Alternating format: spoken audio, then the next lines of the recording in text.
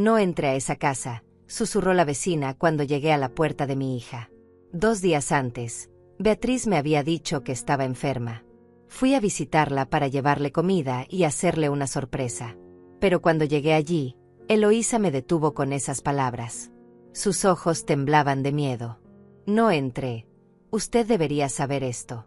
15 minutos después, mi vida se convirtió en una pesadilla que jamás imaginé posible. Porque lo que descubrí detrás de esa puerta no fue a mi hija enferma descansando en su cama. Fue algo mucho peor. Algo que ninguna madre debería ver jamás. Pero déjame empezar por el principio, porque necesitas entender cómo llegué hasta ese momento. Como una simple visita de madre se transformó en el día más oscuro de mi existencia. Me llamo Francisca. Tengo 66 años. Vivo sola en una casa pequeña desde que mi esposo murió hace 4 años. Mis días son tranquilos, casi aburridos. Riego las plantas del jardín, cocino para mí sola, veo telenovelas en las tardes. Pero mi verdadera razón para levantarme cada mañana es mi hija Beatriz. Ella es todo lo que tengo en este mundo. Mi única familia. Mi tesoro. Beatriz tiene 32 años. Se casó hace 3 años con César, un hombre que trabaja en bienes raíces. Siempre me pareció extraño. Demasiado perfecto. Sonrisa calculada, palabras medidas, trajes caros. Viven en un apartamento moderno al otro lado de la ciudad, a 2 horas de mi casa. No los veo tanto como quisiera, pero hablamos casi todos los días por teléfono. Esas conversaciones son mi cable a la vida. Escuchar su voz me hace sentir que todavía soy útil, que todavía importo. Todo comenzó un martes por la mañana. El teléfono sonó mientras yo preparaba café. Era Beatriz. Pero su voz sonaba diferente. Apagada. Distante. Mamá, no voy a poder visitarte este fin de semana. Estoy enferma. Me siento muy mal. Creo que es gripe. Me duele todo el cuerpo. Mi instinto de madre se activó de inmediato. Le pregunté si había ido al doctor. Si César estaba cuidándola. Si necesitaba que yo fuera. No, mamá, no te preocupes. Solo necesito descansar. César está aquí conmigo. Pero algo en su tono no estaba bien. La conocía desde que nació. Sabía cuando algo andaba mal. Intenté hacer más preguntas. Ella cortó rápido. Tengo que colgar, mamá. Hablamos mañana. Y colgó. El miércoles esperé su llamada todo el día. Desde la mañana hasta la noche. Nada. Ni una sola palabra. Le envié mensajes. Hija, ¿cómo estás? Hija, contéstame. Hija, me tienes preocupada. Ninguna respuesta. El jueves amaneció y la angustia ya me estaba comiendo viva. Llamé su teléfono 5 veces seguidas. Todas las llamadas fueron directo al buzón. Su voz grabada decía: hola, no puedo contestar ahora. Deja tu mensaje. Esa voz que tanto amaba ahora me aterrorizaba. Intenté comunicarme con César. Su teléfono también estaba apagado. Completamente muerto. Fue en ese momento cuando algo se rompió dentro de mí. Una madre sabe. Una madre siente en sus huesos cuando su hija está en peligro. No importa la distancia. No importa la edad. El cordón invisible que nos une desde el día en que nació nunca se corta. Y ese cordón ahora gritaba que algo andaba terriblemente mal. Tomé una decisión. Iría a verla. Prepararía su comida favorita y le haría una sorpresa. Si realmente estaba enferma, necesitaba a su madre a su lado. Ninguna sopa comprada en la tienda podía reemplazar el caldo casero de una madre. Pasé toda la mañana del jueves cocinando. Hice caldo de pollo con verduras frescas, arroz con cilantro, empanadas de carne como le gustaban cuando era niña. Cada plato lo preparé con amor y con ese nudo en el estómago que no me dejaba respirar bien. Envolví todo con cuidado en recipientes térmicos. Me puse mi suéter color vino, el que Beatriz me había regalado en mi cumpleaños. Mis zapatos cómodos para el viaje largo. Antes de salir miré una foto de ella en la sala. Estaba sonriendo con ese vestido color marfil que usó en su última visita hace 2 meses. Ya voy, mi amor, susurré tocando el vidrio del marco. El viaje en autobús fue una tortura. 2 horas que parecieron 2 años. Miraba por la ventana sin ver realmente nada. edificios grises, calles llenas de gente, semáforos cambiando de color. Todo pasaba como en una película borrosa. Mis manos no dejaban de temblar sobre las bolsas de comida. Intenté calmarme. Quizás su teléfono se había roto. Quizás estaba tan enferma que no tenía fuerzas para contestar. Quizás César la había llevado de urgencia al hospital y por eso no podían responder. Pero mi corazón latía demasiado rápido. Mi respiración era irregular. El autobús olía a diésel y a sudor. Una señora sentada delante de mí hablaba por teléfono sobre problemas con su yerno. Los hombres de ahora no son como los de antes, decía con rabia. No cuidan a sus esposas como deberían. Sentí un escalofrío recorrer mi espalda. Llegué a la estación cerca del apartamento de Beatriz, pasadas las 3 de la tarde. Bajé del autobús cargando mis bolsas pesadas. Caminé las 3 cuadras que faltaban. El sol estaba alto, pero yo sentía frío en los huesos. El edificio donde vive mi hija se alzaba frente a mí como una torre de vidrio y concreto. Moderno. Elegante. Seguro. O al menos eso pensaba yo. Hoy se veía diferente. Amenazante. Como si guardara secretos oscuros detrás de esas ventanas brillantes. Entré al lobby. El guardia de seguridad me vio llegar. Don Lázaro. Un hombre mayor que siempre había sido amable conmigo en mis visitas anteriores. Pero hoy su rostro estaba tenso. Serio. Doña Francisca, comenzó a decir. Yo, necesito hablar con usted. Pero yo no tenía tiempo para conversaciones. Ya estaba caminando hacia el elevador. Voy a ver a mi hija, le dije con una sonrisa que no sentía. Está enferma y le traje comida. Él dio un paso hacia mí. Su boca se abrió como para decir algo importante. Pero yo ya había presionado el botón del elevador. Las puertas se abrieron y entré rápido. El elevador comenzó a subir. Piso 1. Piso 2. Piso 3. Mi reflejo me miraba desde el espejo de la pared. Una mujer de 66 años con el rostro marcado por el miedo. Cabello gris recogido. Ojos cansados y rojos. Manos arrugadas apretando bolsas de comida que ahora pesaban como piedras. Me vi vieja. Frágil. Asustada. Piso 4. Piso 5. Piso 6. El elevador hacía un ruido metálico extraño. O quizás era mi corazón. Ya no sabía diferenciar. Piso 7. Las puertas se abrieron con un sonido suave. Salí al pasillo. Silencio absoluto. Ni una voz. Ni una televisión encendida. Ni pasos. Nada. Solo el zumbido de las luces fluorescentes del techo. Caminé hacia el apartamento 73. Mis zapatos resonaban contra el piso de cerámica. Cada paso era un esfuerzo. Cada metro era una eternidad. Entonces la vi. Eloísa. La vecina del apartamento de al lado. Estaba parada en el marco de su puerta entreabierta. Mirándome. Su expresión me heló la sangre. Ojos muy abiertos. Boca temblorosa. Rostro pálido como papel. Cuando me vio acercarme, salió rápidamente y caminó hacia mí. Me tomó del brazo con fuerza. Sus dedos eran hielo. Su aliento olía a café amargo. No entré a esa casa, susurró pegando su boca a mi oído. Usted debería saber esto antes de entrar. El mundo se detuvo. ¿Qué está pasando?, logré decir. Mi voz salió quebrada, casi un susurro. Eloísa me apretaba el brazo con tanta fuerza que me dolía. Su rostro estaba a centímetros del mío. Podía ver las venas rojas en sus ojos. Había estado llorando. Hay policías adentro, dijo señalando la puerta del apartamento de Beatriz. Llegaron esta mañana temprano. Con sirenas. Con radios.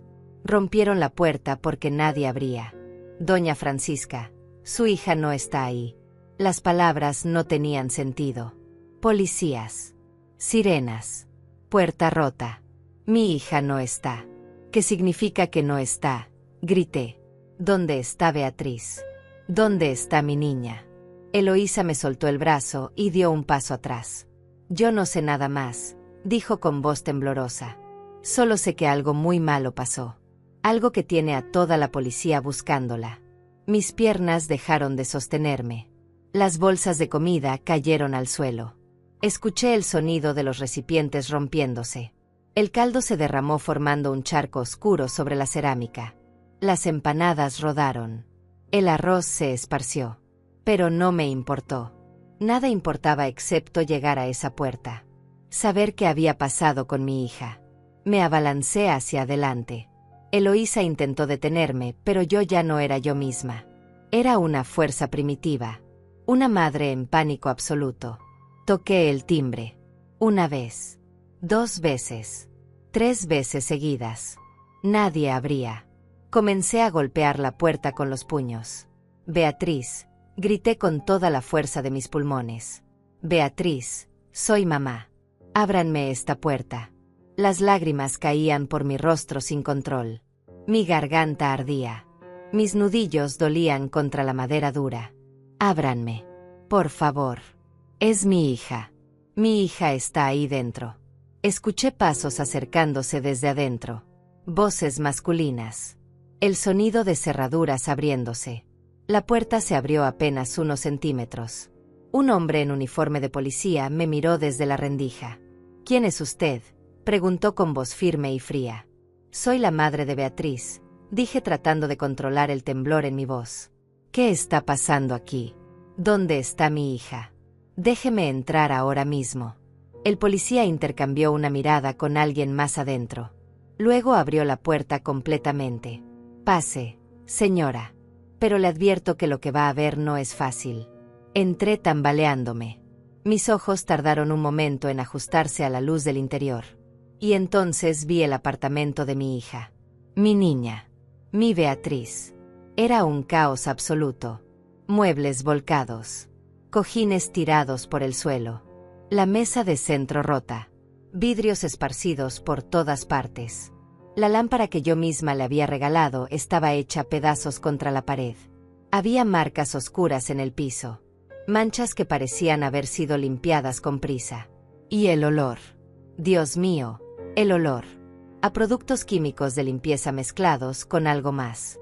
Algo metálico que me revolvió el estómago. Había 3 policías dentro. 2 hombres y una mujer. Todos usaban guantes. Estaban fotografiando todo. Recogiendo cosas con pinzas y metiéndolas en bolsas de evidencia. La mujer policía se acercó a mí. Su rostro mostraba compasión profesional. Señora, necesito que me acompañe a sentarse. Esto es una escena de crimen y no puede tocar nada. Escena de crimen. Esas palabras me golpearon como un martillo. Mis rodillas cedieron. Ella me sostuvo y me guió hasta el único sillón que quedaba en pie. ¿Dónde está mi hija?, repetí como un disco rayado. ¿Dónde está Beatriz? ¿Qué pasó aquí? Por favor, alguien dígame qué está pasando. La policía se arrodilló frente a mí. Señora, su hija fue reportada como desaparecida hace 24 horas.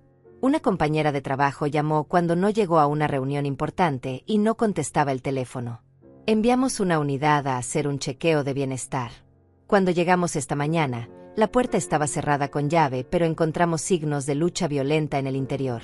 Su hija no está aquí. No sabemos dónde está.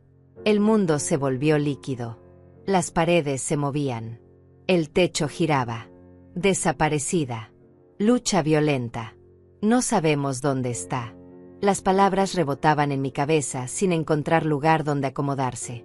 Esto no podía estar pasando. Era una pesadilla. Iba a despertar en mi casa, en mi cama, y todo esto sería solo un mal sueño. Pero el olor a químicos era demasiado real. El frío del apartamento era demasiado real. El miedo en los ojos de la policía era demasiado real. ¿Y César?, logré preguntar. ¿Dónde está César, su esposo? La policía intercambió otra mirada con sus compañeros. Esa mirada me dijo todo. César también está desaparecido, dijo lentamente. Su oficina reportó que no llegó a trabajar estos últimos 3 días. Su teléfono está apagado. Su coche no está en el estacionamiento del edificio. Señora, necesitamos hacerle algunas preguntas. Me quedé sentada ahí, en el apartamento destrozado de mi hija, respondiendo preguntas que apenas podía procesar. ¿Cuándo fue la última vez que habló con Beatriz? El martes. Hace 2 días. ¿Cómo sonaba ella? extraña, apagada, asustada quizás. Mencionó algo inusual. Dijo que estaba enferma, que César estaba con ella. Pero ahora entendía. Ahora veía la verdad con claridad horrible. Esa llamada no fue una conversación casual. Fue un grito de auxilio disfrazado. Y yo no lo vi. No la ayudé cuando me necesitaba. Tenía razón en venir, dijo la policía tocando mi hombro. Una madre siempre sabe. Pero ahora necesitamos su ayuda. Necesitamos que nos cuente todo lo que sepa sobre César. Sobre la relación de ellos. Sobre cualquier cosa que le parezca extraña. Cualquier detalle puede ser importante. Cerré los ojos. Las imágenes comenzaron a llegar. César con su sonrisa perfecta. César siempre tan educado. Tan correcto. Tan controlador. Los pequeños comentarios que había ignorado. Las veces que Beatriz cancelaba visitas en el último minuto. Las llamadas telefónicas que ella cortaba cuando yo entraba a la habitación. Los moretones que una vez vi en su brazo y ella dijo que se había caído. Creo que le hacía daño, susurré. Creo que mi hija vivía con miedo y yo no quise verlo. Las lágrimas caían sin control ahora. La policía asintió.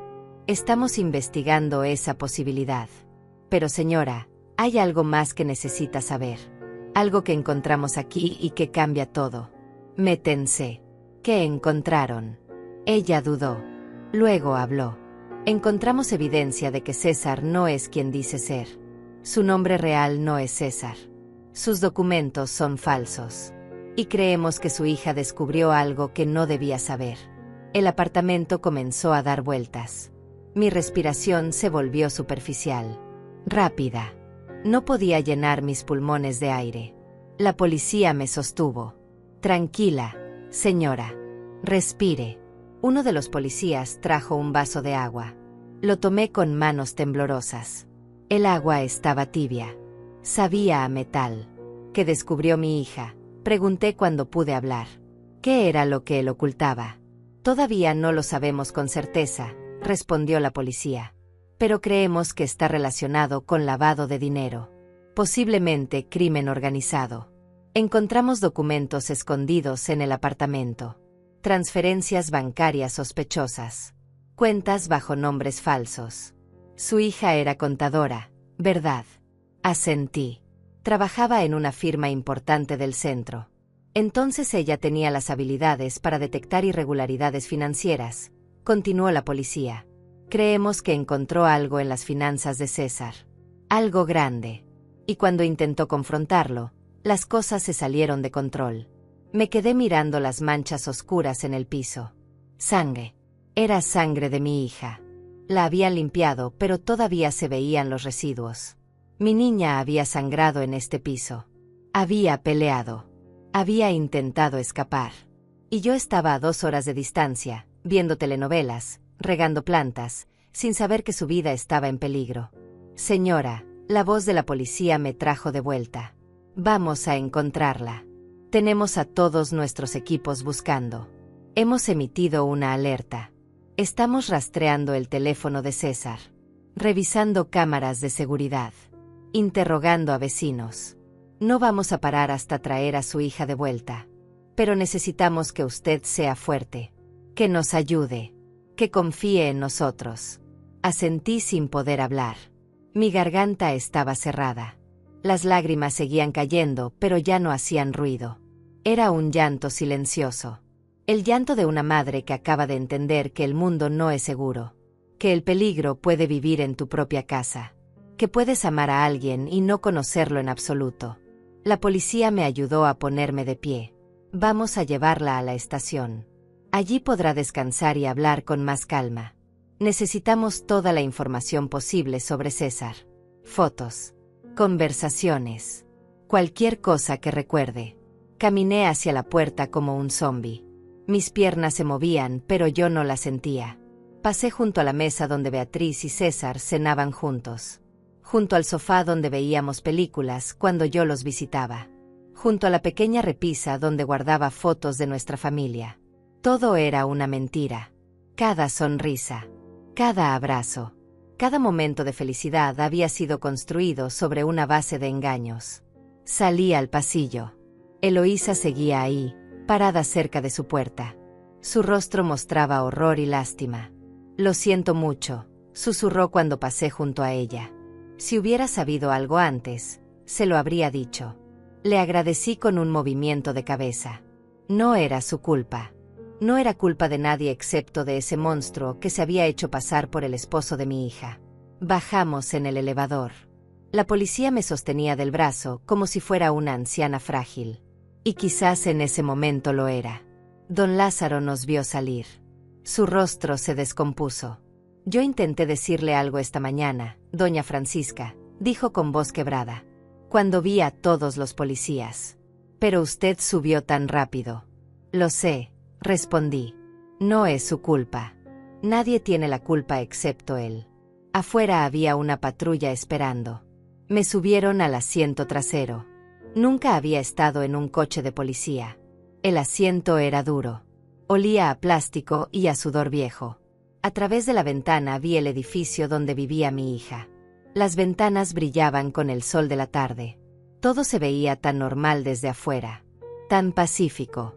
Nadie podría imaginar el horror que se escondía en el piso 7. La patrulla arrancó. Las calles pasaban borrosas. Gente caminaba por las aceras. Compraban cosas. Reían. Hablaban por teléfono. Vivían sus vidas normales mientras la mía se desmoronaba. Llegamos a la estación de policía. Un edificio gris y cuadrado que parecía salido de una película vieja. Me llevaron a una sala pequeña con una mesa y 4 sillas. Las paredes eran color crema. Había una ventana con rejas que daba a un estacionamiento. Me ofrecieron café. Lo acepté aunque sabía que no podría tomarlo. Necesitaba algo que hacer con las manos. Algo que me mantuviera en este mundo y no me dejara caer en el abismo de pánico que sentía crecer dentro de mí. Un detective entró a la sala. Era un hombre de unos 50 años. Cabello canoso. Arrugas profundas alrededor de los ojos. Cara de haber visto demasiado. Me estrechó la mano. «Señora Francisca, soy el detective Tobías. Estoy a cargo de la investigación de la desaparición de su hija. Quiero que sepa que vamos a hacer todo lo humanamente posible para encontrarla». Su voz era firme pero amable. Me aferré a esa amabilidad como a un salvavidas. Se sentó frente a mí y abrió una carpeta. «Necesito que me cuente todo lo que sepa sobre César. Desde el principio. ¿Cómo lo conoció Beatriz? ¿Cómo fue su relación? Si notó algo extraño. Cualquier detalle, por pequeño que parezca, puede ayudarnos». Respiré profundo. Y comencé a hablar. Beatriz lo conoció hace 4 años en un evento de negocios. Ella trabajaba como contadora en una firma importante. Él dijo que era inversor de bienes raíces. Al principio parecía un buen hombre. Educado. Atento. La trataba bien. O eso creía yo. Continuó viéndola durante 1 año. Luego le propuso matrimonio. Todo fue muy rápido. Demasiado rápido, ahora que lo pienso. Yo tenía dudas, pero Beatriz estaba tan feliz. Tan enamorada. No quise arruinar su alegría con mis preocupaciones de madre sobreprotectora. La boda fue pequeña. Solo familia cercana y algunos amigos. César dijo que no tenía familia. Que sus padres habían muerto en un accidente cuando él era joven. Que no tenía hermanos. Debí sospechar entonces. ¿Qué clase de hombre no tiene absolutamente a nadie? El detective Tobías tomaba notas. Sus ojos no se apartaban de mi rostro. Después de la boda, siguió. Notó cambios en su hija. En su comportamiento. En su manera de relacionarse con usted. Cerré los ojos tratando de recordar. Sí. Beatriz comenzó a cancelar visitas. Siempre tenía excusas. Trabajo. Cansancio. Planes con César. Cuando yo iba a visitarlos, él siempre estaba presente. Nunca nos dejaba solas. Siempre encontraba una razón para estar en la habitación. Para escuchar nuestras conversaciones. Al principio pensé que era un esposo atento. Ahora veo que era control. ¿Y en los últimos meses?, preguntó Tobías. ¿Hubo algún cambio más drástico? Pensé en las últimas conversaciones con Beatriz, en su voz cada vez más apagada, en las videollamadas donde ella miraba hacia atrás constantemente como si temiera que alguien la estuviera escuchando. Sí, en los últimos 3 meses ella parecía asustada, nerviosa. Dejó de sonreír como antes. Bajó mucho de peso. Una vez vi un moretón en su brazo. Ella dijo que se había golpeado con una puerta. Yo le creí. Dios mío, le creí y la dejé sola con ese monstruo. No es su culpa, dijo Tobías con firmeza. Los abusadores son expertos en ocultar lo que hacen, en hacer que sus víctimas mientan por ellos, en aislarlas de sus seres queridos. Usted no podía saber. Pero sus lágrimas dijeron otra cosa. Yo era su madre. Debí saber. Debí hacer más preguntas. Debí sacarla de ahí. Tobías cerró su carpeta y se inclinó hacia adelante. Señora Francisca, hay algo que necesito decirle.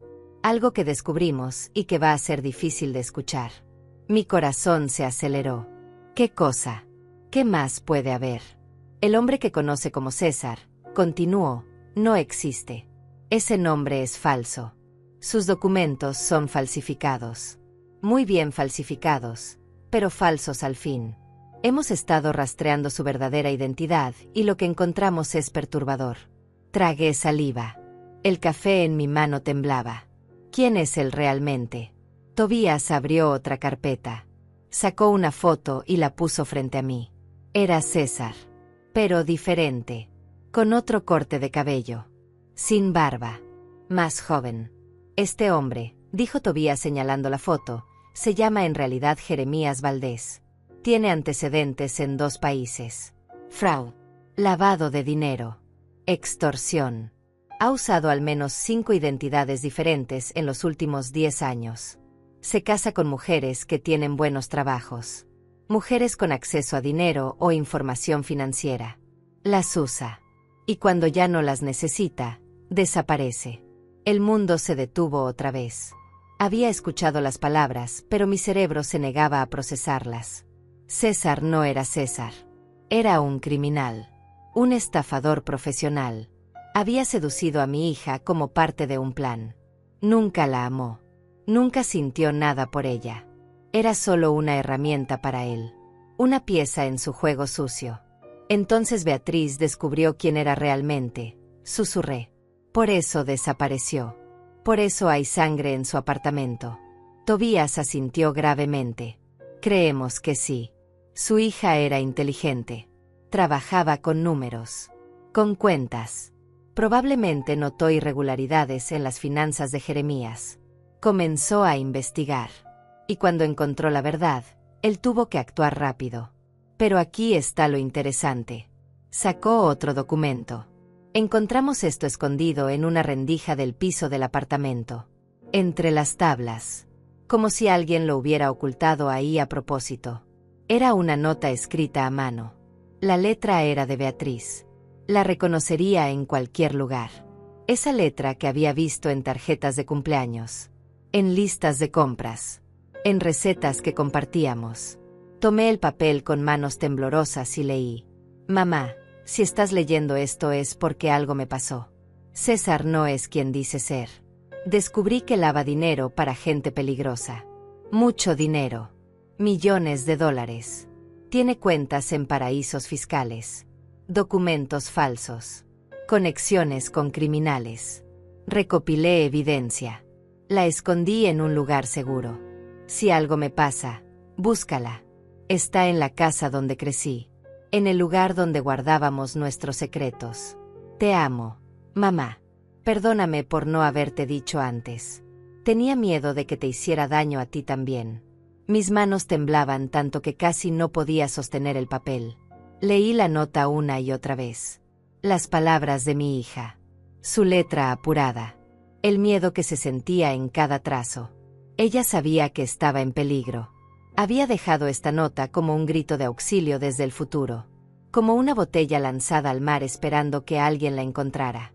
Y ese alguien era yo. Su madre. La única persona en el mundo en quien podía confiar completamente. La casa donde crecí, repetí en voz alta. el lugar donde guardábamos nuestros secretos.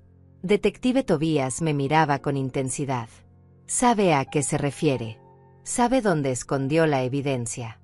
Cerré los ojos y viajé en el tiempo. Beatriz niña, corriendo por el jardín de nuestra vieja casa, riendo, jugando. Teníamos un lugar especial, un escondite que solo nosotras conocíamos. En el sótano había una pared de ladrillos flojos. Detrás de uno de esos ladrillos guardábamos nuestros tesoros. Cartas, fotos, pequeños objetos que eran importantes solo para nosotras. Nuestro cofre secreto, lo llamábamos. Sé dónde está, dije abriendo los ojos. Puedo llevarlo ahí ahora mismo. Mi casa está a 2 horas.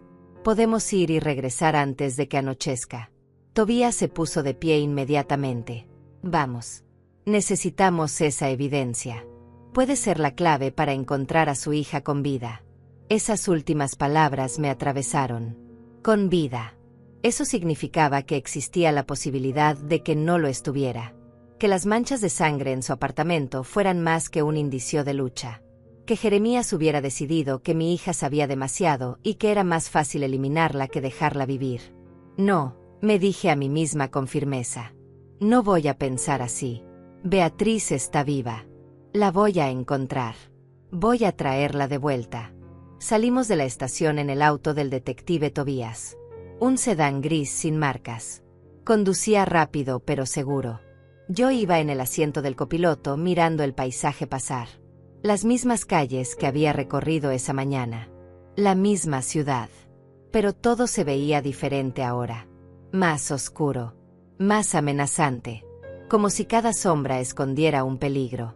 Cada esquina ocultara un secreto terrible.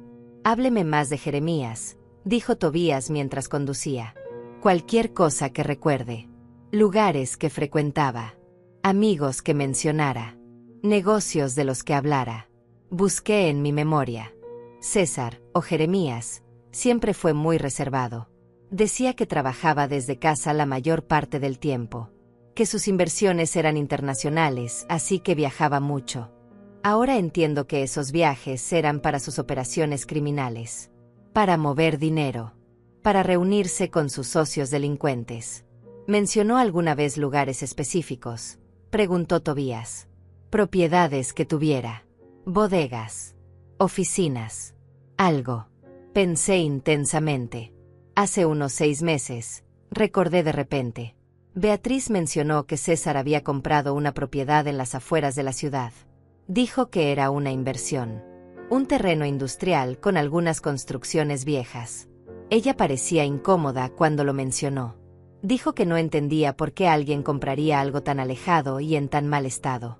Tobías se tensó. Eso es importante. Muy importante. Ese tipo de propiedades aisladas son perfectas para operaciones ilegales. Para esconder cosas. O personas. Hizo una llamada rápida por su radio. Necesito que rastreen todas las propiedades a nombre de César Mendoza o Jeremías Valdés en un radio de 100 kilómetros. Especialmente terrenos industriales o bodegas abandonadas. Prioridad máxima. El viaje a mi casa se hizo eterno. Cada minuto era una tortura. Cada semáforo en rojo era una eternidad. Mi mente no paraba de crear escenarios horribles. Beatriz encerrada en algún lugar oscuro. Beatriz herida. Beatriz llamándome y yo sin poder escucharla. Respiraba profundo tratando de mantener la calma. Tenía que ser fuerte. Tenía que encontrar esa evidencia. Era mi misión. Mi propósito. Lo único que importaba en este momento. Finalmente llegamos a mi casa. Esa pequeña construcción color amarillo con el jardín al frente. El lugar donde había criado a mi hija. Donde habíamos sido felices. Donde nunca imaginé que algún día tendría que buscar evidencia para salvar su vida. Bajé del auto antes de que Tobías apagara el motor. Corrí hacia la puerta. Mis manos temblaban mientras buscaba las llaves. Las dejé caer. Las recogí. Finalmente logré abrir. La casa olía a cerrado. A soledad. Llevaba 2 días fuera y parecían 2 años. Todo estaba exactamente como lo había dejado. La taza de café de la mañana del jueves todavía en el fregadero. El suéter que había considerado usar colgado en el respaldo de una silla. Una vida normal congelada en el tiempo. Antes de que todo se volviera una pesadilla. El sótano, dije a Tobías que entraba detrás de mí. Está por aquí. Caminé hacia la pequeña puerta bajo las escaleras. La abrí. Un olor a humedad subió desde la oscuridad. Busqué el interruptor de luz. El foco parpadeó antes de encenderse completamente. Bajamos las escaleras de madera que crujían bajo nuestro peso. El sótano era pequeño, lleno de cajas viejas, muebles que ya no usaba, recuerdos acumulados de toda una vida. Caminé hacia la pared del fondo, la pared de ladrillos viejos y desparejos. Pasé mis dedos sobre la superficie áspera buscando el ladrillo correcto. Estaba pintada de blanco, pero la pintura se había descascarado con los años. 1, 2, 3 ladrillos hacia arriba desde el suelo. 4 ladrillos desde la esquina izquierda. Ahí. Lo encontré. Estaba más flojo que los demás. Empujé suavemente y cedió hacia adentro. Lo saqué completamente dejando un hueco oscuro en la pared. Metí la mano en el agujero. Mis dedos tocaron algo. Una bolsa de plástico. La saqué con cuidado. Era una bolsa sellada. Dentro había un sobremanila. Tobías se acercó. Ábrala, dijo con voz tensa. Mis manos temblaban mientras rompía el sello de la bolsa. Saqué el sobre. Estaba marcado con la letra de Beatriz. Evidencia. No abrir hasta estar segura. Abrí el sobre y vacié su contenido sobre una caja vieja que estaba cerca. Cayeron fotografías. Documentos. Una memoria USB. Hojas impresas con números y cuentas bancarias. Tobías comenzó a revisar todo con cuidado. Dios mío, murmuró mientras leía. Esto es enorme. Mucho más grande de lo que pensábamos. Las fotografías mostraban a Jeremías reuniéndose con hombres de aspecto peligroso. En restaurantes. En estacionamientos. En oficinas oscuras. Los documentos eran transferencias bancarias por millones de dólares. Cuentas en Islas Caimán. En Suiza. En Panamá. Empresas fantasma. Nombres falsos. Una red completa de lavado de dinero. Su hija recopiló todo esto, dijo Tobías con admiración en su voz. Esto es trabajo de meses. Investigación profunda. Riesgosa. Muy riesgosa. Beatriz sabía lo que hacía. Sabía que estaba jugando con fuego. Por eso lo escondió aquí, lejos de Jeremías, en el único lugar donde él nunca buscaría. Sentí un orgullo terrible mezclado con miedo. Mi hija era valiente. Demasiado valiente. Había enfrentado a un criminal peligroso. Había recopilado evidencia que podía destruirlo. Pero ese valor podía haberle costado la vida. Tobías sacó su teléfono y comenzó a fotografiar todo. Esto va directo a la fiscalía, dijo, y a la unidad de delitos financieros. Con esta evidencia podemos emitir órdenes de arresto, congelar cuentas, desmantelar toda su operación. Pero primero tenemos que encontrar a su hija. Insertó la memoria USB en su laptop. La pantalla se llenó de archivos. Más documentos. Más fotos. Y entonces apareció algo diferente. Un archivo de video. Tobías lo abrió.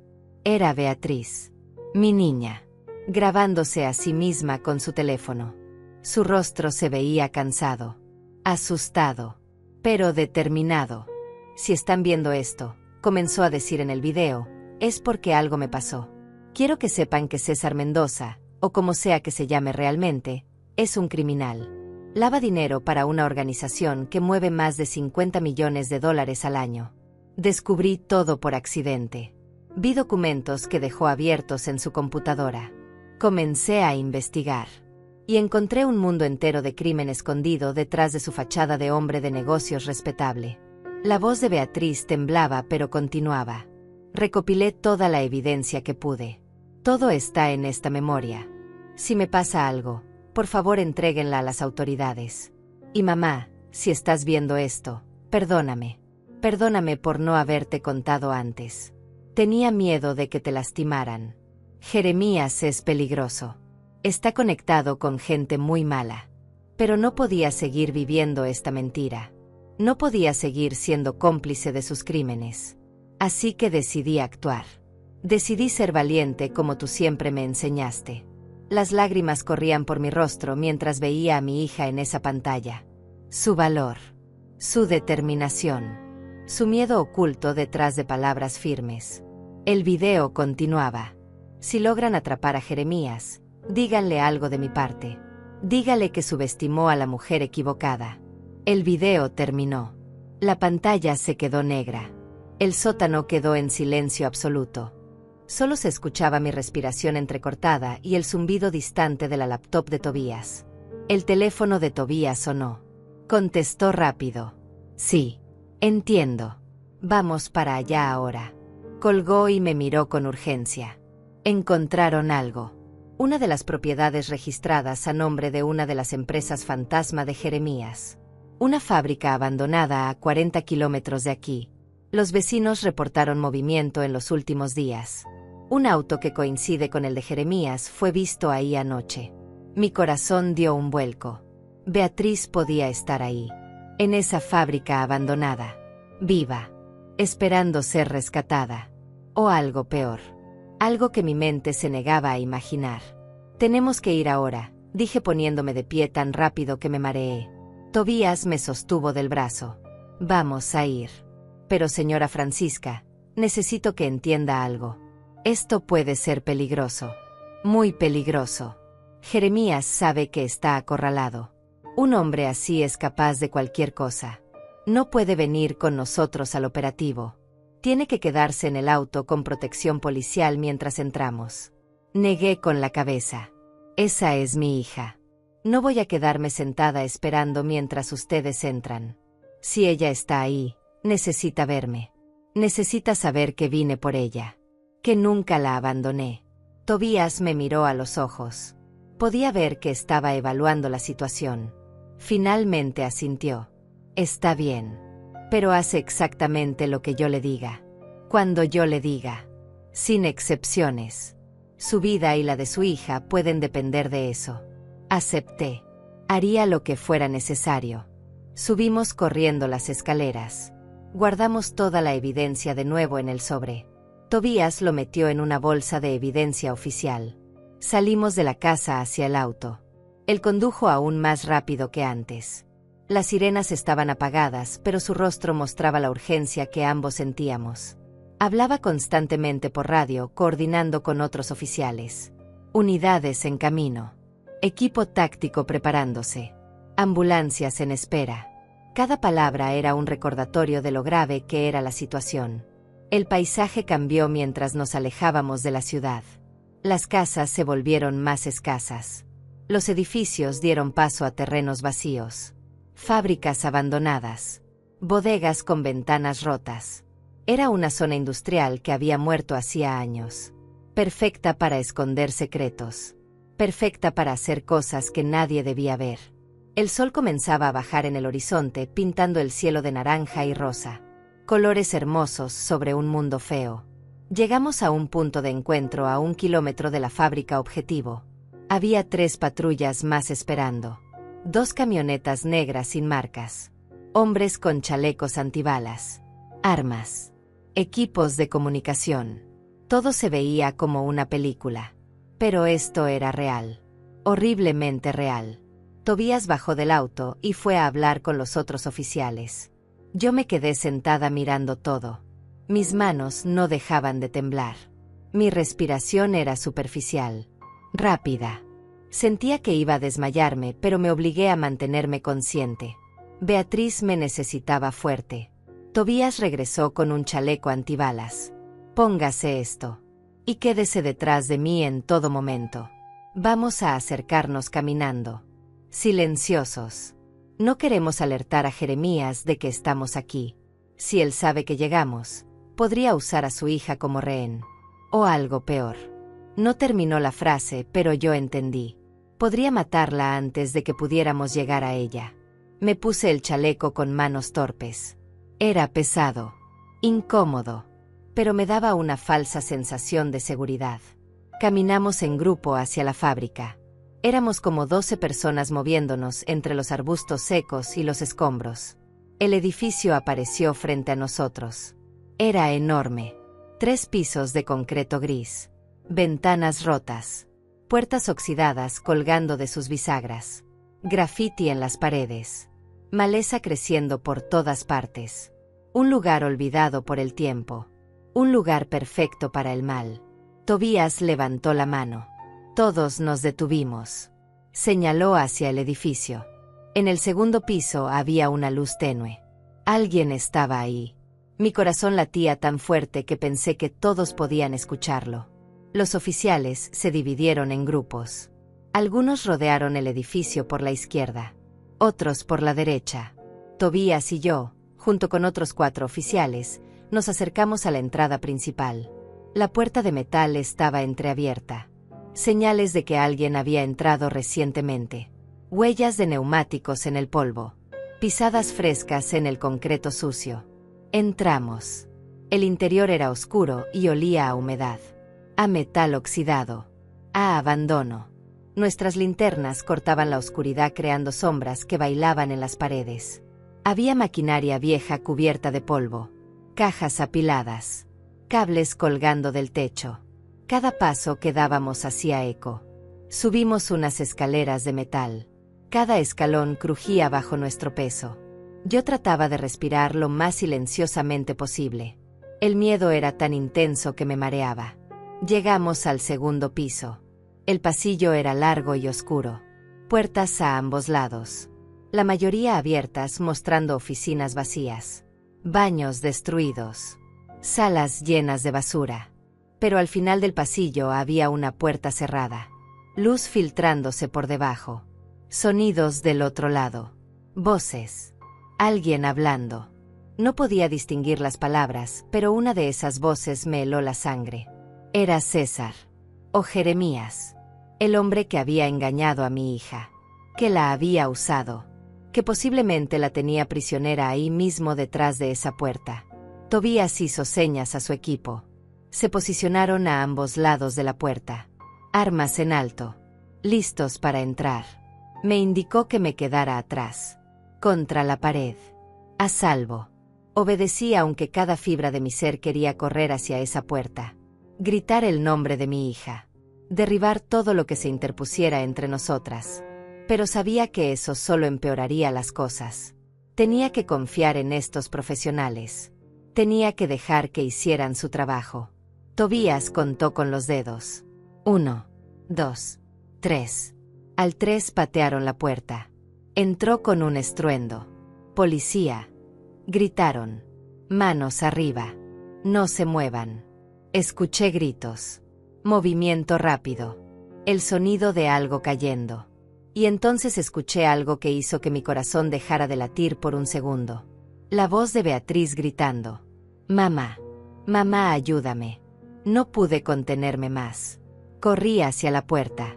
Entré a la habitación. Y lo que vi me rompió en 1000 pedazos. Beatriz estaba atada a una silla en el centro de la habitación. Su rostro estaba hinchado. Moretones en sus mejillas. Labio partido. Cabello sucio y enredado. Ropa rasgada. Pero estaba viva. Dios mío, estaba viva. Sus ojos se encontraron con los míos y comenzó a llorar. Mamá, sollozó. Sabía que vendrías. Sabía que me encontrarías. Jeremías estaba contra la pared. 2 oficiales lo tenían inmovilizado. Forcejaba. Gritaba. Esto es un error. No tienen nada contra mí. Esa mujer está loca.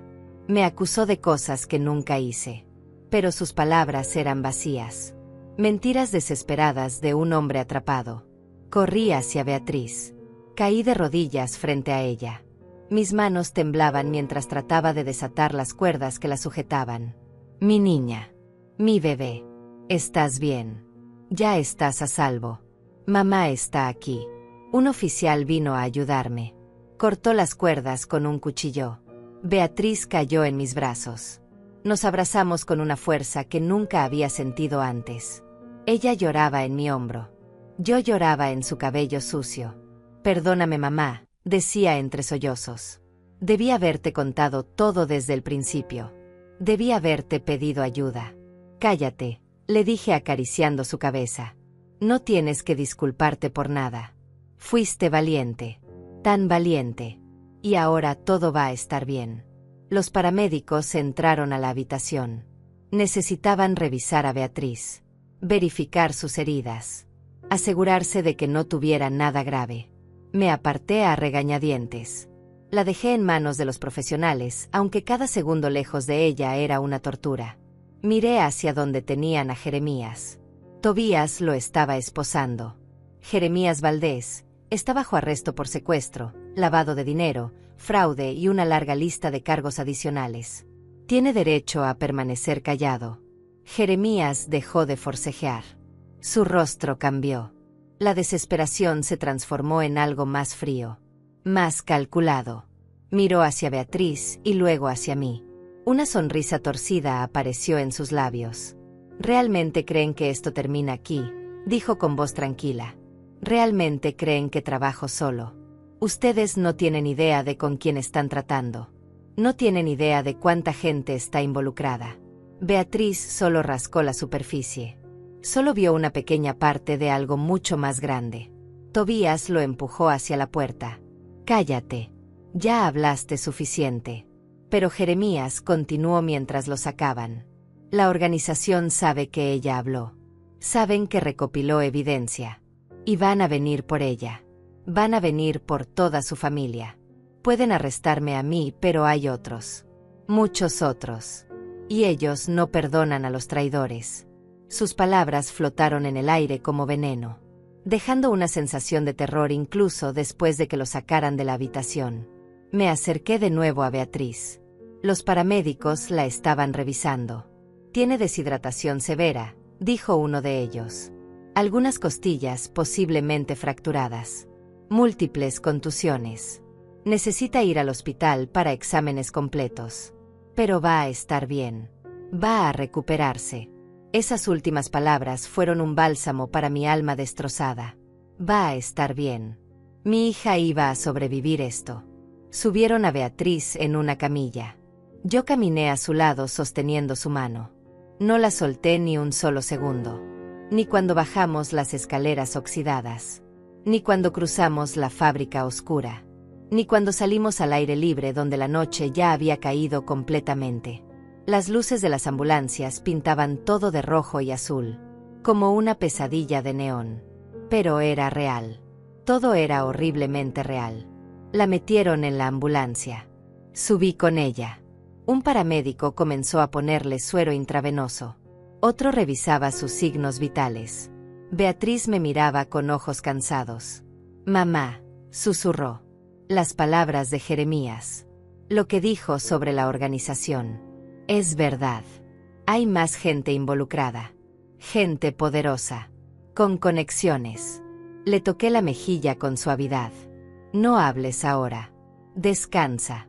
Ya tendremos tiempo de preocuparnos por eso después». Pero ella negó con la cabeza. «No entiendes. Tienen contactos en todas partes. En la policía. En el gobierno. En los bancos. Por eso tuve tanto miedo de hablar. Por eso escondí la evidencia en tu casa. Porque no sabía en quién confiar». Sus palabras me asustaron más de lo que quería admitir. Si lo que decía era cierto, entonces el peligro no había terminado. Jeremías estaba arrestado, pero la organización seguía ahí afuera. Y ahora sabían que Beatriz los había delatado. Que había evidencia en manos de las autoridades. Éramos objetivos. Ambas. Madre e hija marcadas por criminales que no perdonaban. Llegamos al hospital. Un edificio blanco y estéril que olía a desinfectante. Llevaron a Beatriz directo a urgencias. Yo esperé afuera de la sala de revisión. Caminaba de un lado a otro, incapaz de quedarme quieta. Tobías apareció media hora después. Se veía cansado, preocupado. «¿Cómo está su hija?», preguntó. «La están revisando», respondí. «Dice que va a estar bien físicamente, pero emocionalmente». Tobías asintió. «Va a necesitar tiempo. Terapia. Apoyo. Lo que vivió fue traumático. Pero es fuerte. Eso quedó claro. Necesito hablar con usted sobre lo que dijo Jeremías. Continué. Sobre la organización. Sobre más gente involucrada. Es verdad. Tobías suspiró. Estamos investigando eso. La evidencia que su hija recopiló menciona varios nombres. Algunas empresas. Cuentas bancarias conectadas a personas influyentes. Esto va a ser un caso grande. Muy grande. Y sí, puede haber riesgos. Por eso vamos a ofrecerles protección. A ambas. Hasta que desmantelemos toda la red. Protección sonaba bien en teoría. Pero yo sabía que ninguna protección era perfecta. Que los criminales encontraban maneras. Que el dinero compraba lealtades. Que el miedo hacía callar bocas. Miré a través de la ventana de la sala donde estaba Beatriz. Mi niña conectada a máquinas. Cubierta de moretones. Pero viva. Sobreviviente. Luchadora. El doctor salió 1 hora después. Beatriz iba a quedarse internada por lo menos 3 días. Necesitaba rehidratación. Observación. Tratamiento para sus costillas. Evaluación psicológica. Pueden pasar a verla, dijo el doctor. Pero solo unos minutos. Necesita descanso. Entré a la habitación. Beatriz estaba acostada en una cama blanca. Se veía tan pequeña. Tan frágil. Pero cuando me vio sonrió. Esa sonrisa rota pero real. Me senté junto a ella. Tomé su mano. ¿Cómo te sientes? Cansada. Respondió. Adolorida. Pero aliviada. Mamá, pensé que iba a morir ahí. En esa fábrica horrible. Jeremías estaba cada vez más nervioso. Más violento. Decía que si lo atrapaban, yo también caería. Que me haría ver como su cómplice. Las lágrimas comenzaron a rodar por sus mejillas. Pero tú viniste. Tal como sabía que lo harías. Encontraste mi nota. Encontraste la evidencia. Me salvaste la vida. No fui yo sola, dije aunque mi corazón se inflaba de amor. Fuiste tú quien fue valiente. Quien investigó. Quien recopiló todo. Quien dejó pistas para que te encontráramos. Eres una heroína, Beatriz. Una heroína real. Ella negó débilmente. Solo hice lo correcto. No podía seguir viviendo una mentira. No podía ser cómplice de tanto crimen. Aunque me costara todo. Pasamos esa noche en el hospital. Yo en una silla junto a su cama. Sin dormir. Solo vigilando. Asegurándome de que respirara. De que estuviera realmente ahí. Viva. Segura. Los días siguientes fueron un torbellino. Policías entrando y saliendo. Tomando declaraciones. Mostrando fotos. Pidiendo que identificara personas. Fiscales explicando el proceso legal. Lo que venía. Los juicios. Los testimonios. La evidencia que Beatriz había recopilado era devastadora. 17 personas fueron arrestadas en la primera semana. Empresarios. Un político local. 2 oficiales bancarios. Un abogado. Todos parte de la red de lavado de dinero. Las cuentas fueron congeladas. Más de 80 millones de dólares incautados. Fue noticia nacional. Los periódicos hablaban de la contadora valiente que había expuesto una red criminal masiva, aunque mantuvieron su nombre confidencial por seguridad. Pero no todos fueron arrestados. Algunos escaparon. Huyeron del país antes de que pudieran atraparlos. Y esos eran los más peligrosos. Los que tenían más que perder. Los que tenían recursos para vengarse. Por eso nos mudaron. A Beatriz y a mí. A una casa segura en otra ciudad. Protección policial constante. Nuevas identidades temporales. Una vida en suspenso esperando que el peligro pasara. Fueron meses difíciles. Beatriz tenía pesadillas.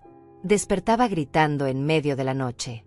Veía a Jeremías en cada sombra. En cada ruido extraño. La terapia ayudaba, pero el trauma era profundo. Yo también cargaba mi propio peso. La culpa de no haberla protegido. El miedo constante de que alguien nos encontrara.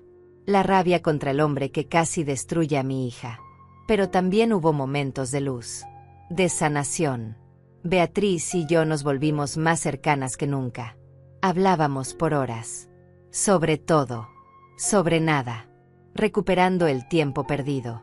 Cocinábamos juntas como cuando era niña. Veíamos películas. Reíamos. Llorábamos. Nos reconstruíamos pedazo por pedazo. El juicio de Jeremías fue 6 meses después. Beatriz tuvo que testificar. Fue el día más difícil. Verlo ahí sentado con su traje. Su cara de inocencia ensayada. Pero ella fue fuerte. Contó todo. Con voz firme. Sin quebrarse. Presentó la evidencia. Respondió preguntas. Lo miró a los ojos y no apartó la mirada. Y cuando terminó, yo estaba en primera fila. Llorando de orgullo. El veredicto llegó 3 semanas después del testimonio de Beatriz. Culpable. En todos los cargos. Secuestro. Lavado de dinero. Fraude. Asociación delictiva. Falsificación de documentos. La lista era interminable. Jeremías Valdés fue sentenciado a 35 años de prisión sin posibilidad de libertad condicional. Cuando el juez leyó la sentencia, vi su rostro desmoronarse. Esa máscara de control finalmente cayó. Se veía como lo que realmente era. Un criminal común atrapado en sus propias mentiras.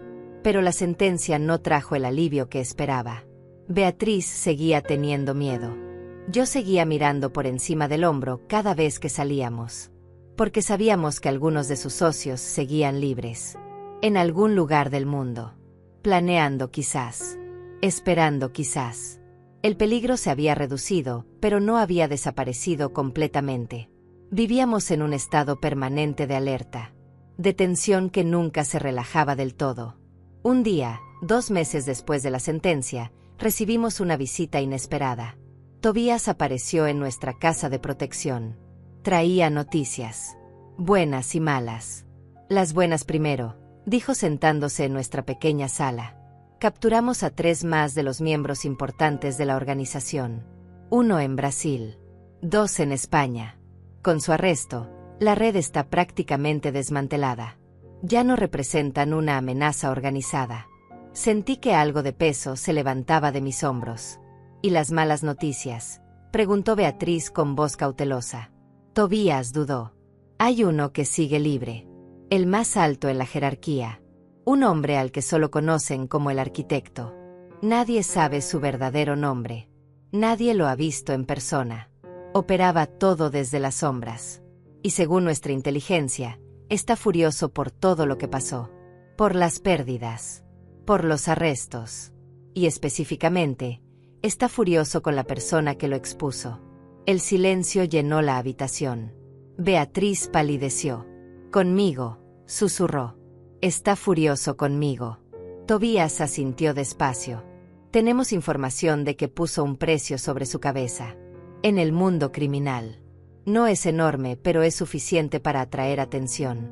Por eso necesito que entiendan que la protección debe continuar. Que no pueden bajar la guardia. Que cualquier cosa extraña, cualquier persona sospechosa, deben reportarla inmediatamente. Beatriz se derrumbó. Comenzó a llorar en silencio. Nunca va a terminar, dijo entre sollozos. Voy a vivir así para siempre. Mirando hacia atrás. Teniendo miedo. Escondiéndome. Me acerqué y la abracé. No, le dije con firmeza. No vamos a vivir así. No vamos a dejar que ese hombre nos robe la vida. Ya nos quitó suficiente. Ya nos hizo suficiente daño. Miré a Tobías. ¿Qué podemos hacer? ¿Cómo atrapamos a ese hombre? Tobías se inclinó hacia adelante. Estamos trabajando en eso. Rastreando sus transacciones. Sus comunicaciones. Pero es inteligente. Muy cuidadoso. Podría tomar tiempo. Años incluso. Tiempo que no teníamos. Tiempo que Beatriz no merecía perder viviendo con miedo. Tiene que haber algo más, insistí. Alguna manera de sacarlo de su escondite. De hacerlo cometer un error. Tobías me miró por largo rato. Hay una manera, dijo finalmente. Pero es arriesgada. Muy arriesgada. Podríamos usarlas como señuelo. Dejar filtrar información de que están en un lugar específico. esperar a que envíe a alguien. Y cuando lo haga, seguir el rastro de vuelta hacia él. Pero eso significa exponerlas. Ponerlas en peligro real. No puedo en buena conciencia recomendarlo. Lo haré, dijo Beatriz de repente. Su voz era firme ahora. Sin temblor.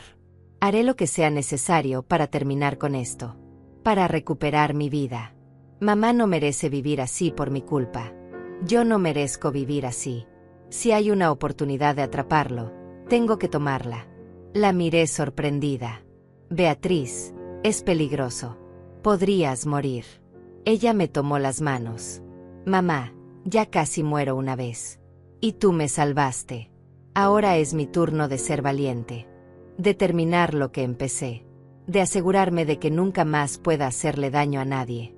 Pasamos semanas planeando. Tobías trajo a expertos. Especialistas en operaciones encubiertas.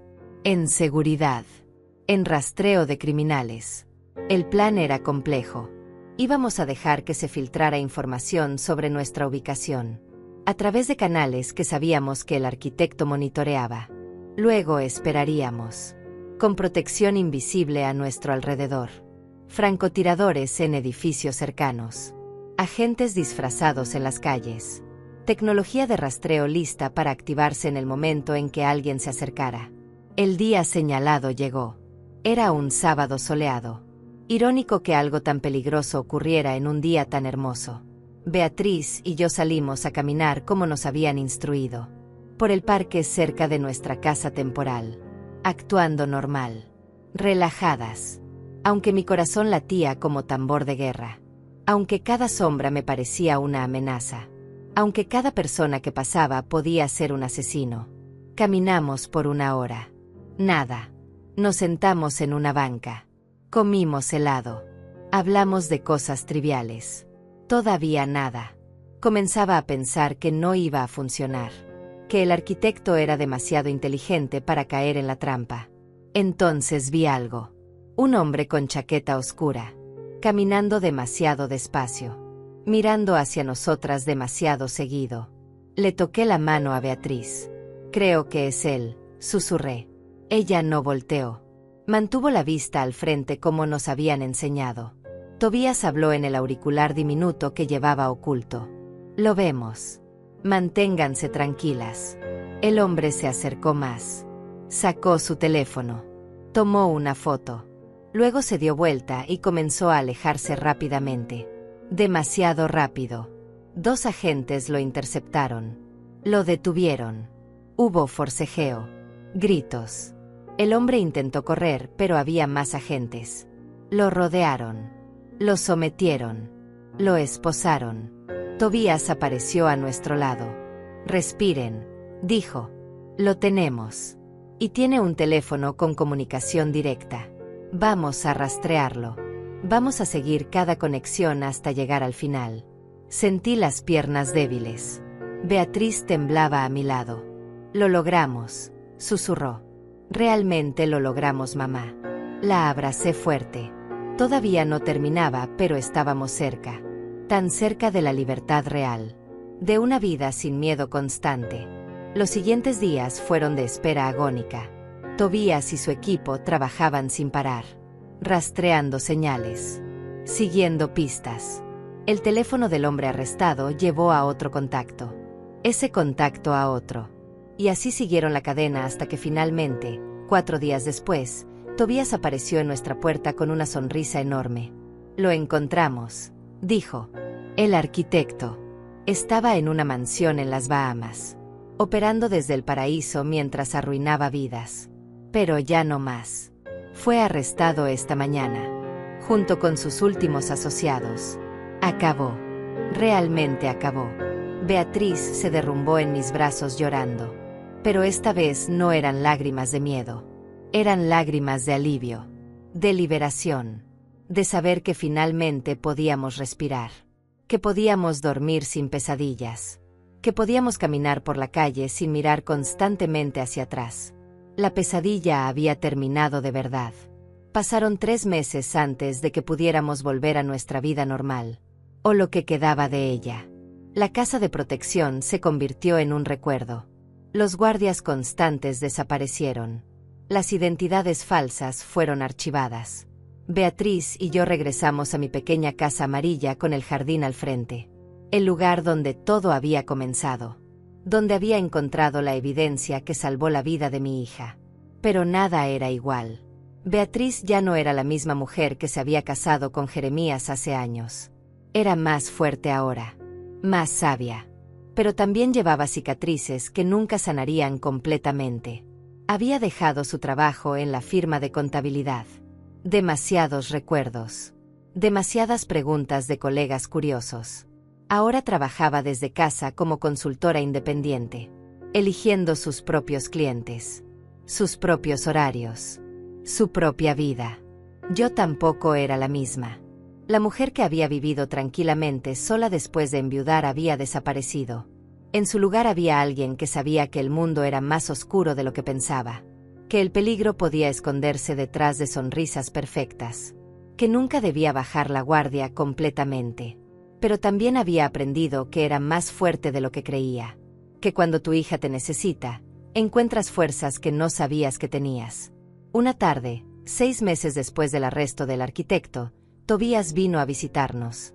Traía noticias finales. El juicio del arquitecto había concluido. 60 años de prisión. Sin posibilidad de reducción. Toda su fortuna confiscada. Su imperio criminal desmantelado completamente. Y hay algo más, dijo sacando un sobre. El gobierno tiene un programa de recompensas para informantes que ayudan a desmantelar organizaciones criminales. Por la información que proporcionó, señorita Beatriz, le corresponde una compensación. Beatriz abrió el sobre. Sus ojos se agrandaron. Es mucho dinero, susurró. Tobías asintió. $2 millones. Es lo menos que merece después de todo lo que pasó. De todo lo que arriesgó. Úsenlo bien. Vivan bien. Beatriz miró el cheque por largo rato. Luego me miró a mí. Mamá, esto es tuyo también. Sin ti no habría sobrevivido. Sin tu valor al venir a buscarme, al creer en mí, al pelear por mí, nada de esto hubiera sido posible. Negué con la cabeza, pero ella insistió. Vamos a usar este dinero para empezar de nuevo. Juntas. Como siempre debió ser. Usamos parte del dinero para renovar la casa. Para hacerla más segura. Más cómoda. Un lugar donde ambas pudiéramos sanar. Beatriz también comenzó una fundación. Para ayudar a mujeres que habían sido víctimas de violencia doméstica. De abuso. De manipulación. Quería que su experiencia sirviera para algo. Que su dolor ayudara a otros. Me sentía tan orgullosa de ella. De la mujer en la que se había convertido a través del fuego. Pero había algo que todavía nos perseguía. Algo de lo que no hablábamos, pero que ambas sentíamos. El trauma no desaparece con dinero. No desaparece con justicia. Vive dentro de ti. En las pesadillas. En los momentos de pánico, cuando un ruido te sobresalta. En la desconfianza que sientes hacia extraños. Beatriz seguía en terapia. Yo también comencé a ir. Aprendimos a vivir con las cicatrices. A no dejar que nos definieran, pero tampoco a pretender que no existían. Un año después del rescate decidimos hacer algo simbólico. Volver al edificio donde Beatriz había vivido con Jeremías. Enfrentar el lugar donde comenzó su pesadilla. Tobías nos acompañó. Por seguridad, pero también por apoyo. Llegamos una mañana de primavera. El edificio se veía igual. Moderno. Elegante. Mentiroso. Subimos al piso 7. El apartamento había sido vendido. Nuevos inquilinos vivían ahí ahora. Personas que no sabían la historia de esas paredes. Del horror que había ocurrido dentro. No entramos. Solo nos quedamos parados frente a la puerta. Beatriz puso su mano sobre la madera. Aquí es donde perdí 3 años de mi vida, dijo en voz baja. Aquí es donde dejé que el miedo me controlara. Donde dejé que un hombre me convirtiera en prisionera de mi propia existencia. Pero también es donde encontré el valor para luchar. Donde decidí que prefería morir libre que vivir esclava. Esta puerta ya no tiene poder sobre mí. Bajamos juntas. Salimos del edificio. El sol brillaba afuera. La vida continuaba. Gente caminaba por las calles. Niños jugaban en el parque cercano. El mundo seguía girando indiferente a nuestro dolor. Y eso estaba bien. Porque significaba que podíamos seguir adelante también.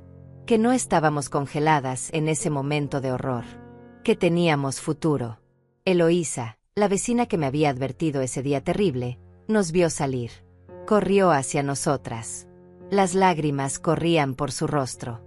He pensado en ustedes todos los días, dijo abrazando a Beatriz. Me sentí tan culpable.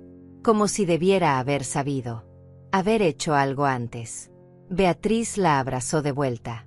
Usted no tiene culpa de nada. Usted me ayudó más de lo que imagina. Su advertencia a mi madre probablemente me salvó la vida.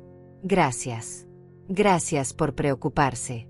De regreso a casa en el auto de Tobías, Beatriz miró por la ventana. ¿Sabes qué es lo más extraño, mamá?, dijo. Durante meses viví con tanto miedo. Tanto terror de que Jeremías o sus socios me encontraran. Me mataran. Y ahora que todo terminó, ahora que están todos en prisión, tengo miedo de otra cosa. Tengo miedo de olvidar. De que con el tiempo todo esto se sienta como un mal sueño. De perder las lecciones que aprendí. La fuerza que encontré. Tomé su mano. No vas a olvidar. Las cicatrices no te dejan olvidar. Pero eso no es malo. Porque esas cicatrices son prueba de que sobreviviste. De que luchaste. De que ganaste. Lleva esas lecciones contigo, pero no dejes que te definan. Eres más que lo que te pasó. Mucho más. Ella asintió. Apretó mi mano. Y en ese momento supe que íbamos a estar bien. No hoy. Quizás no mañana. Pero eventualmente. Paso a paso. Día a día. Íbamos a reconstruir nuestras vidas sobre bases más fuertes. Sobre verdad en lugar de mentiras. Sobre amor real en lugar de manipulación. La fundación de Beatriz creció. En el primer año ayudó a 50 mujeres a escapar de situaciones abusivas. Les dio refugio, asesoría legal, apoyo emocional, las herramientas que ella deseó haber tenido. Yo me involucré también. Cocinaba para las mujeres en el refugio. Las escuchaba. Les mostraba que se puede sobrevivir, que se puede seguir adelante, que nunca es demasiado tarde para salvar tu propia vida. Los medios eventualmente perdieron interés en nuestra historia. Aparecieron nuevos escándalos, nuevos crímenes. Fuimos olvidadas por el público. Y eso fue un alivio, porque significaba que podíamos ser personas normales otra vez. No víctimas, no heroínas. Solo Francisca y Beatriz, madre e hija. Sobrevivientes, luchadoras. Han pasado 2 años desde aquel día en que la vecina me susurró que no entrara a la casa de mi hija. 2 años que se sienten como toda una vida. Como si la mujer que era antes de todo esto hubiera existido en otro universo.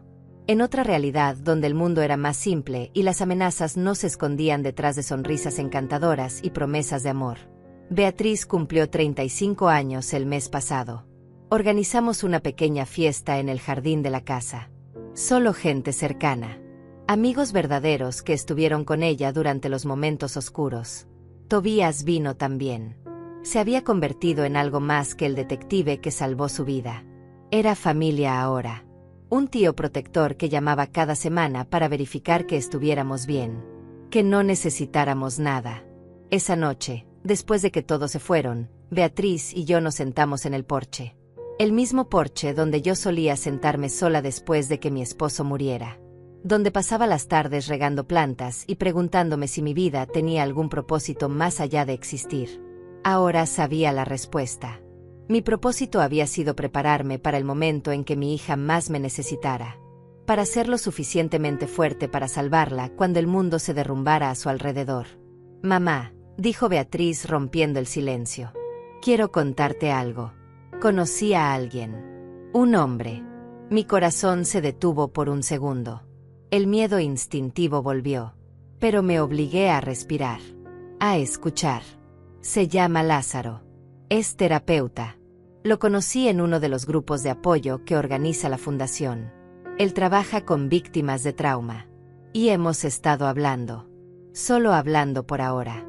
Pero mamá, por primera vez en años, siento que puedo confiar otra vez. Que no todos los hombres son como Jeremías. Las lágrimas llenaron mis ojos. Lágrimas de alivio, de alegría, de esperanza.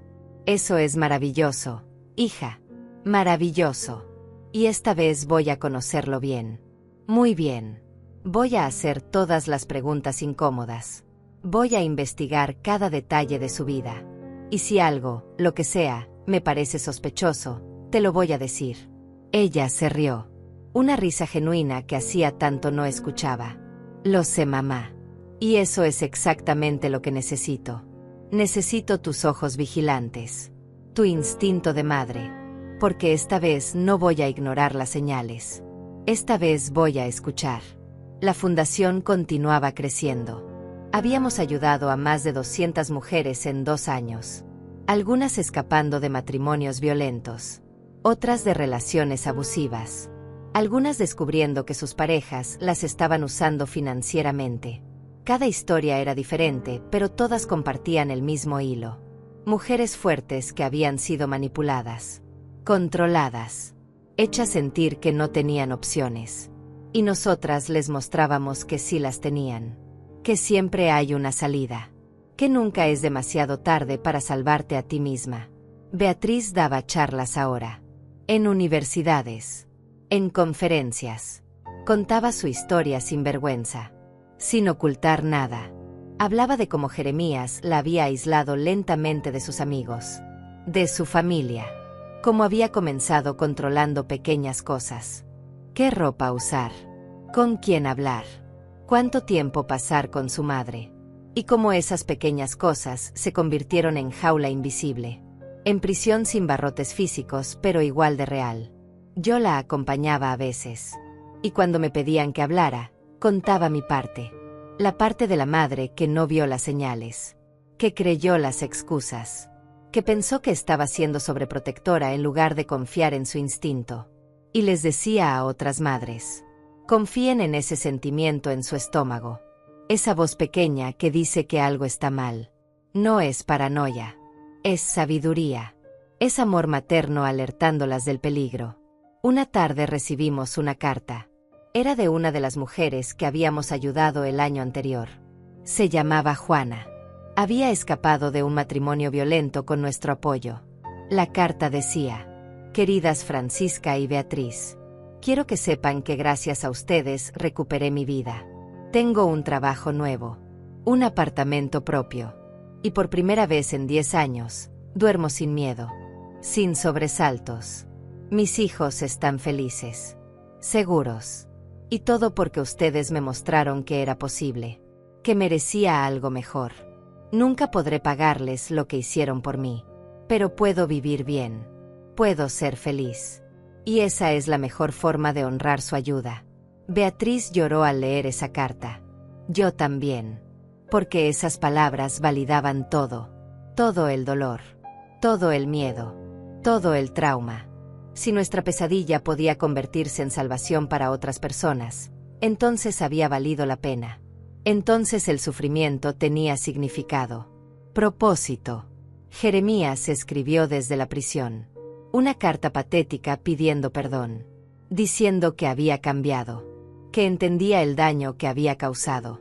Que si Beatriz pudiera encontrar en su corazón la manera de perdonarlo, él podría morir en paz. Beatriz leyó la carta una vez. Luego la rompió en pedazos pequeños. No le debo nada, dijo con voz firme. Ni perdón. Ni respuesta. Ni un solo pensamiento más. Él tomó sus decisiones. Ahora vive con las consecuencias. Yo tomé las mías. Y voy a vivir libre. Esa noche la pasamos juntas viendo películas viejas. Comiendo palomitas. Riendo de chistes tontos. Siendo simplemente madre e hija. Sin trauma. Sin miedo. Solo nosotras. Y me di cuenta de que habíamos ganado. No solo contra Jeremías. No solo contra la organización criminal. Habíamos ganado contra el miedo mismo. Contra la idea de que éramos víctimas para siempre. Habíamos recuperado nuestras vidas. Nuestras risas.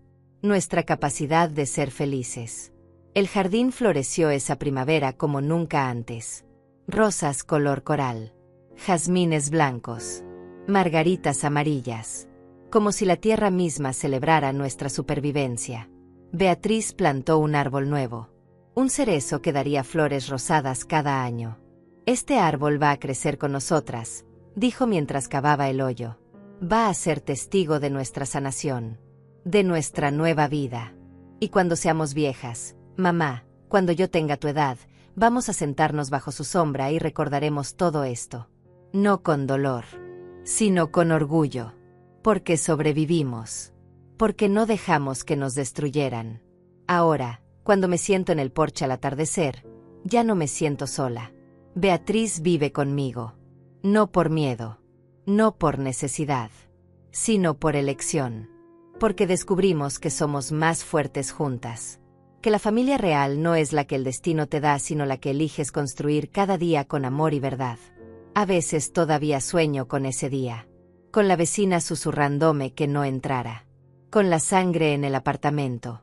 Con el miedo en los ojos de mi hija cuando la encontré atada a esa silla. Pero ya no me despierto gritando. Me despierto y miro al otro lado del pasillo. La puerta del cuarto de Beatriz está entreabierta. Puedo escuchar su respiración tranquila. Y sé que está a salvo. Que ambas estamos a salvo. La casa ya no parece igual que antes. Las paredes guardan secretos ahora. Historias de valor. De rescate. De amor maternal más fuerte que cualquier amenaza. Y cada vez que paso junto al sótano, junto a ese ladrillo flojo donde Beatriz escondió la evidencia que la salvó, toco la pared con gratitud. Porque ese pequeño espacio oscuro fue el puente entre la muerte y la vida. Entre la desesperación y la esperanza. Desde ese día entendí que el peligro no siempre viene de afuera. A veces duerme en tu propia cama. Come en tu mesa. Te besa con labios que esconden veneno. Pero también entendí que el amor verdadero es más fuerte.